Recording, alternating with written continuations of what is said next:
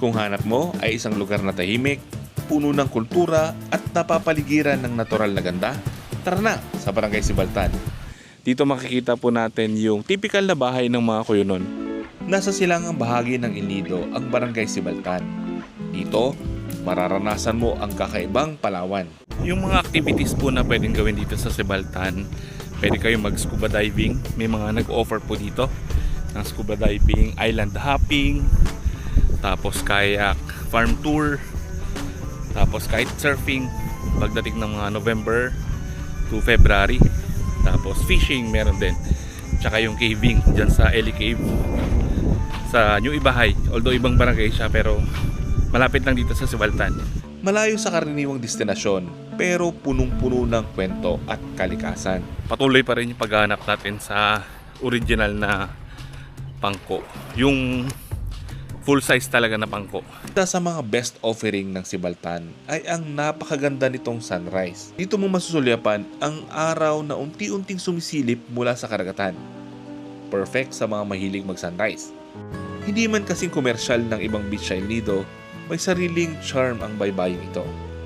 Malinis, tahimik at may kakaibang payapang dala. Ito yung pinaka-talipapa nila. Kung bibili kayo ng mga isda, mga gulay, yan, grocery. So dito kayo makakabili. Yan, dito binabagsak yung mga isda. Ang Sibaltan ay isa ring cultural village. Dito, matatagpuan ang Sibaltan Heritage Center kung saan mababalikan natin ang kasaysayan ng mga Cuyonon. Ito po ano po ito? Pangko po yan. Yan ang sinaunang sasakyan daw po yan. Pangko. Sinaunang bangka. Opo, yan po yung mga sinasakyan ng nagapunta dito sa mainland, galing sa mga isla. Ganun po. Sa Sibaltan, mararamdaman mo ang tunay na diwa ng Palawan. Simple, tahimik at may pusong bukas sa bawat bisita. Kaya kung gusto mo ng bagong experience sa El Nido, huwag kalimutang isama ang Barangay Sibaltan sa inyong biyahe.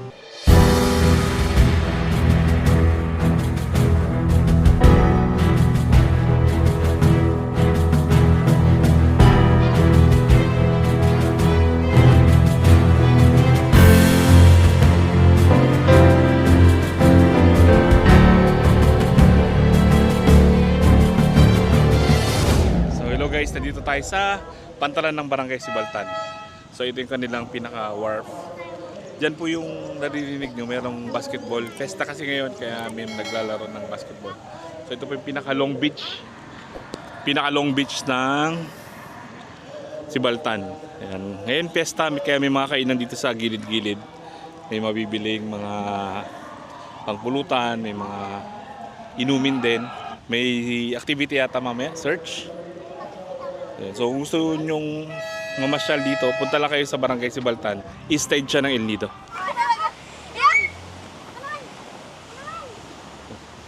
Dito tayo sila ng kiteboarding dito sa Barangay Sibaltan. So dito po pwede mag-rent sa resort. Mamaya tanongin natin kung anong pangalan. So simula po November, December, January. December, January. Meron niyang malalakas yung hangin po dito. So pwede mag kiteboarding. So ayan na. May ginanap na rin po dito international na kiteboarding. Mga several years ago. Parang hindi ako nagkakamali, back to back. Ginanap itong kiteboarding. May mga trainer yan dito. Pwede kayo magpaturo, mag-training. Mamaya alamin natin yung kanilang package. Ito po yung east part ng El Nido sa Barangay Sibaltan. Ito, Long Beach din. Hanggang doon sa dulo. May mga resort pa dyan sa dulo. Kung gusto nyo ng tahimik na parte ng El Nido, dito kayo sa east part sa Barangay Sibaltan. Ayos niya lang yung lubid. Medyo mahina na yung hangin ngayon kasi month na ng May, pero kaya pa naman daw sabi nila. So subukan niya ngayon magpalipad.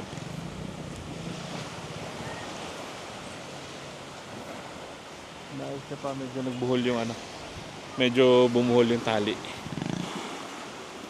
Ayan, subukan na niya.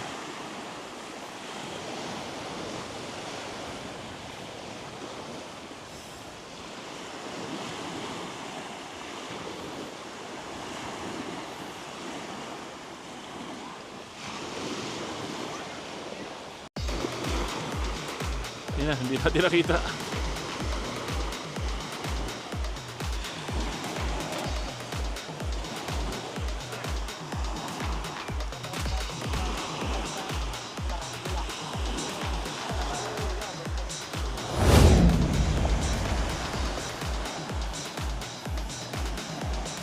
Sarap po.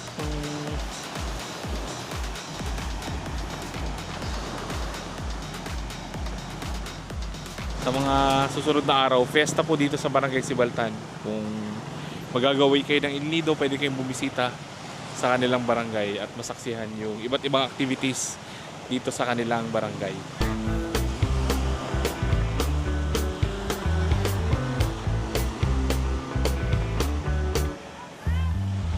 Game.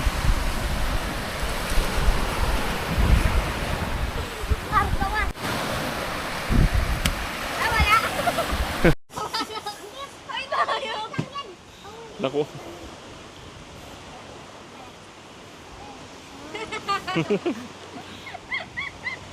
Nandito tayo sa Barangay Sibaltan. Sa likod ko makikita yung isang art gallery, yung Tapanan Gallery. Dito dinidisplay yung mga gawa ng local artist natin galing dito sa Barangay Sibaltan at El Nido. So makikita natin sa kanilang mga paintings yung mga iba't ibang destination, iba't ibang landmarks, mga artifacts na makikita dito sa bayan ng El Nido. Etong Tapanan Gallery, malaking tulong po ito sa mga local artist kasi sa pamamagitan nito nakikilala yung kanilang mga artworks pati yung mga local artist kaya nabibili yung kanilang mga gawa. Yung iba nga po nakakarating pa ng ibang bansa sa tulong ng Tapanan Gallery. So with the help po ng Tapanan Gallery, dalawa po sa painting ko po na nabili is nasa US na po. So nandito po tayo sa Sibaltan Museum. Dito makikita po natin yung typical na bahay ng mga Cuyonon. Ito. Yan po yung balay Cuyonon. So makita nyo hiwalay yung kusina doon sa pinaka main house. Sa kadahilanan na pagka nasunog daw yung bahay, hindi madadamay yung pinaka main house ninyo.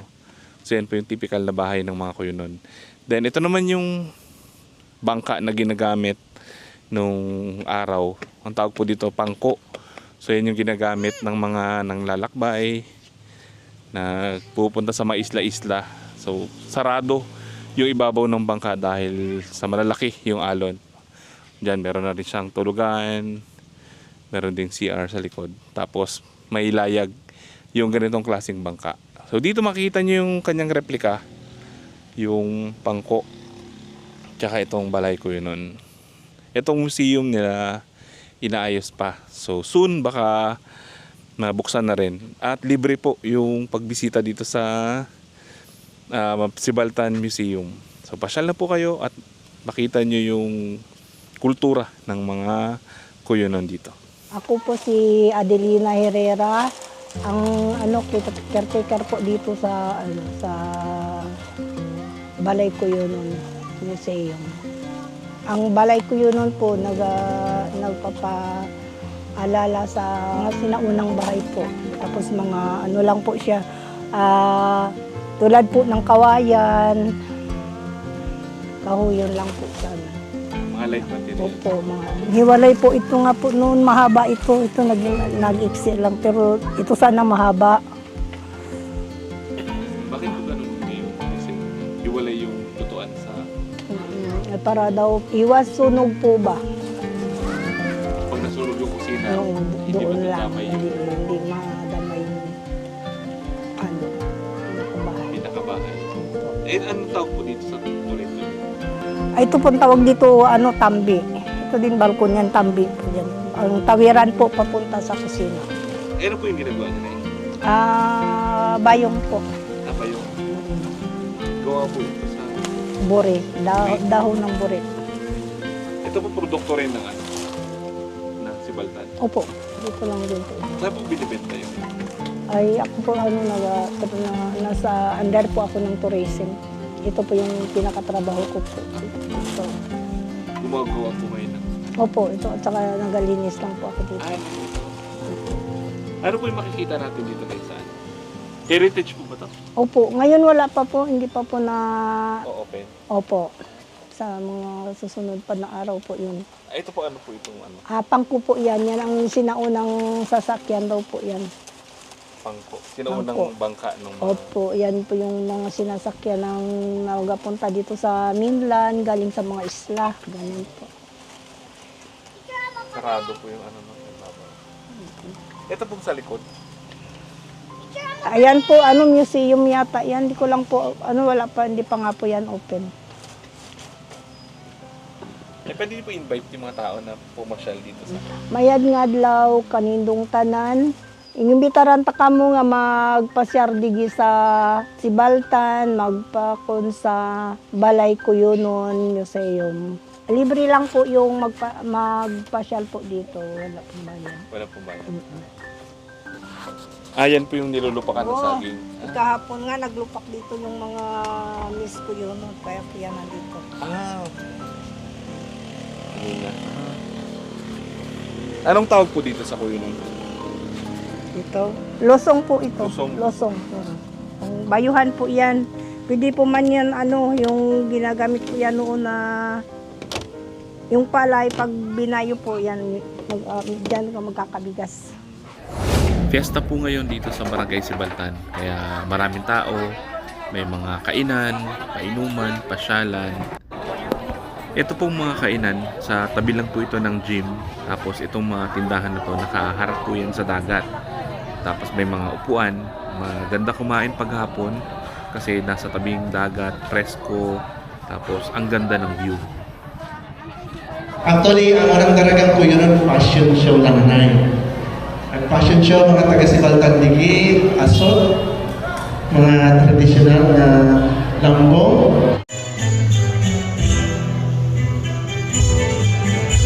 Ako ay sarang daragang Kuyunon sa probinsyang Palawan, parte ang magsaysay, ako ang kulay. Sa isla kung saan ang kultura ay may istorya, igigilman.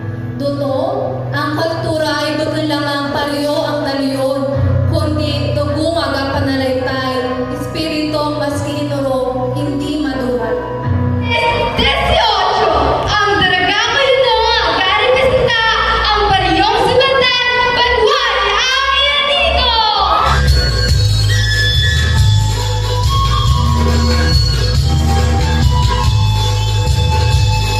Itatag ang Pamarago Festival dali digi sa Sibaltan. Sa pangunguna po ang Barangay Council na ikadap ang Council ng LGU and then sa provincial government na po sa rin kita dali ay kikilala sa bilog na Palawan ang Pamarago Festival na sisilibra digi sa teng kapistan Isata Potensiana. Ayaw may Pamarago Festival kasi dengan Isata Potensiana ang mga taga-Cuyo Island ang parang digi sa isla sa digi sa mainland o Palawan. Animan dyan, asa kaysa ng pangko. Pagkatapos, mamanayin ko po na mga Cuyo ng mga kaingeros. Kasi kung magkakalanda, ang nakaingi ng Palawan, ang nakita ko pasabong naging matiglo ang Palawan.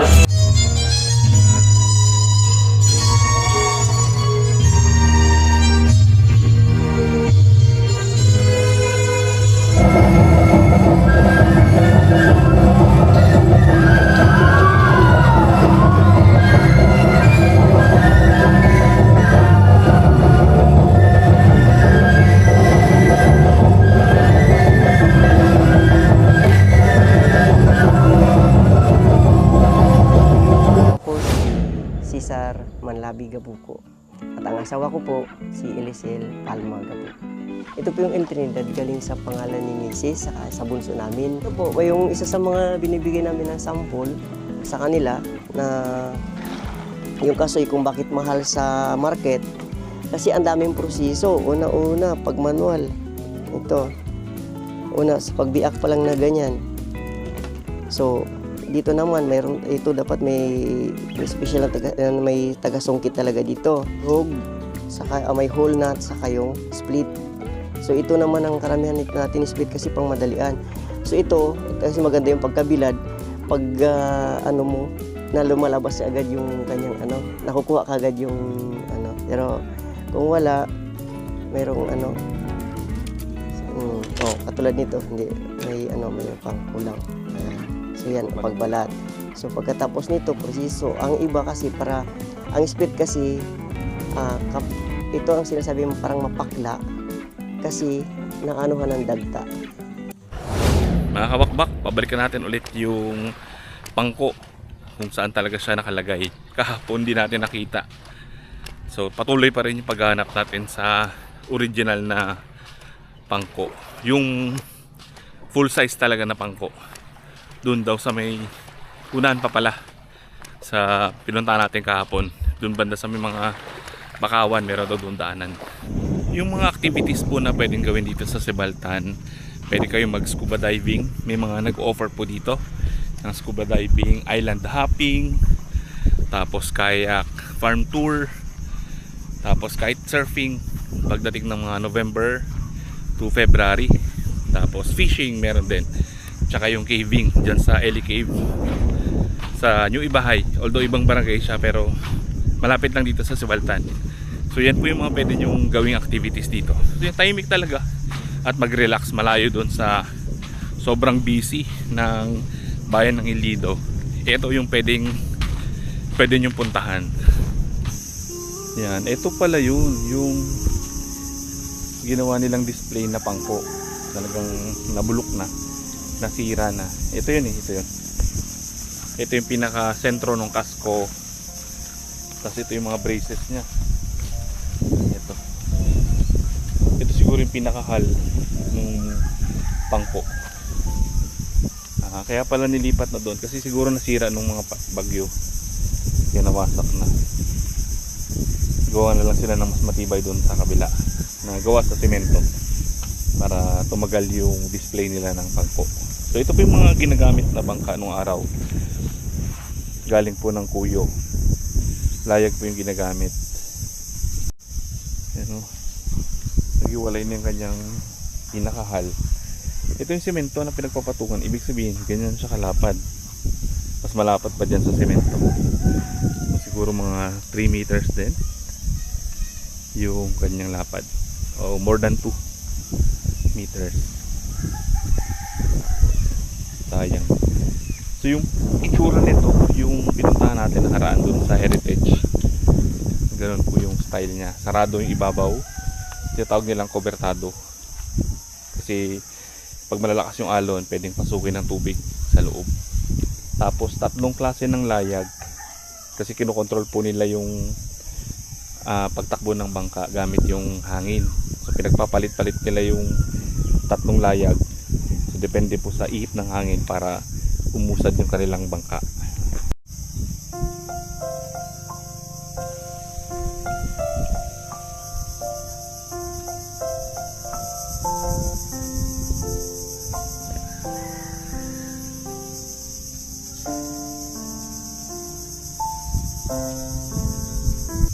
Bigo tayo na makita yung full size na disenyo ng pangko. Sira na kasi siya. So yung meron na lang dun sa Heritage pero gawa sa simento. So sayang kasi nung araw yun talaga yung ginagamit para makarating dito sa mainland galing ng kuyo. Pero ngayon kasi marami ng klase ng bangka na ginagamit, hindi na layag. Yun kasi nakadepende lang po sa hangin. So kung gusto niyo po makita yung pinaka-itsura ng pangko, pwede kayo pumunta doon sa Heritage. Gumawa sila doon ng matibay-tibay, gawa na sa semento para hindi masira ng bagyo. May mga resort pala dito sa left side ng Sibaltan. Meron silang mga parang tent, parang style glamping. Kung gusto niyo na matulog sa tabing dagat, pwede mag-tent or dyan na mismo matulog.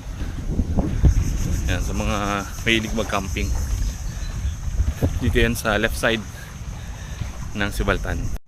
Napakahaba ng white sand dito sa Sibaltan. Mula dun sa may bakawan hanggang dun sa pinakakanan.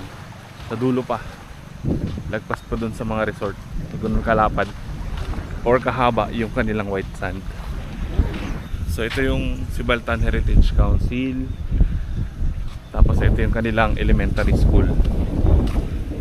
Tapos sa dulo naman itong kalsada, yung barangay hall tsaka yung gym. So maliit lang po itong barangay nila. Tsaka yung mga establishment, mga resort. Halos dito yan makikita sa tabing dagat. Wala palang kuryente dito sa barangay Sibaltan. Merong generator na nagpapailaw sa barangay. Pero from 5:30 hanggang 10 PM lang. Depende rin. Kung may mga program sa barangay, nag-extend sila ng ilang oras. Tapos karamihan po dito solar yung gamit. May signal naman dito sa lugar, Smart tsaka Globe. Pero mas malakas yung Smart. Tapos may mga internet din, Starlink. Tapos ito yung pinaka talipapa nila. Kung bibili kayo ng mga isda, mga gulay, yan, grocery. So dito kayo makakabili. Yan, dito binabagsak yung mga isda. So dito po nakalagay yung generator na nagpapailaw sa buong barangay dito sa area na yan, Kilanay Milid. Tapos ito yung kanilang gym.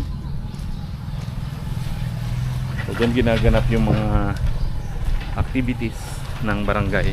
Diyan na rin po yung barangay hall. Tapos katabi niyan dagat na.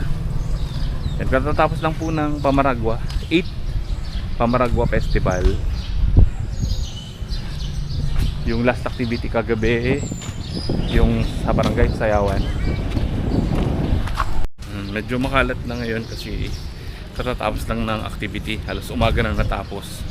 Kaya ngayon pala naglilinis yung barangay. Ito yung mga booth na nag-display during ng event.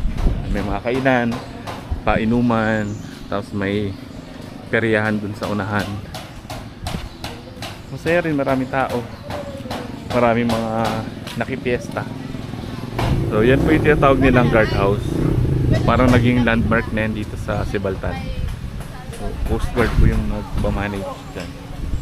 Kung sakaling alis na kayo ng Sibaltan, babalik kayo sa bayan or sa town proper at nag-commute na kayo papunta dito, pwede kayo magtanong sa mga residente kung saan po dumadaan yung mga van. Yung iba po dyan may contact dun sa mga transport group.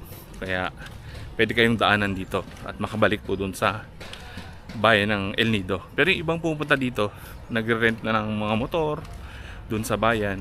Kaya may service sila pabalik. May bagong coffee shop din pala na nagbukas. Sa tapat lang siya ng Tapan Gallery. Ito, coffee shop. Sibaltan Coffee. Kung mahilig kayo mag-coffee, pwede dyan. Pwede rin sa mga resort kung gusto nyo magkape sa tabing dagat.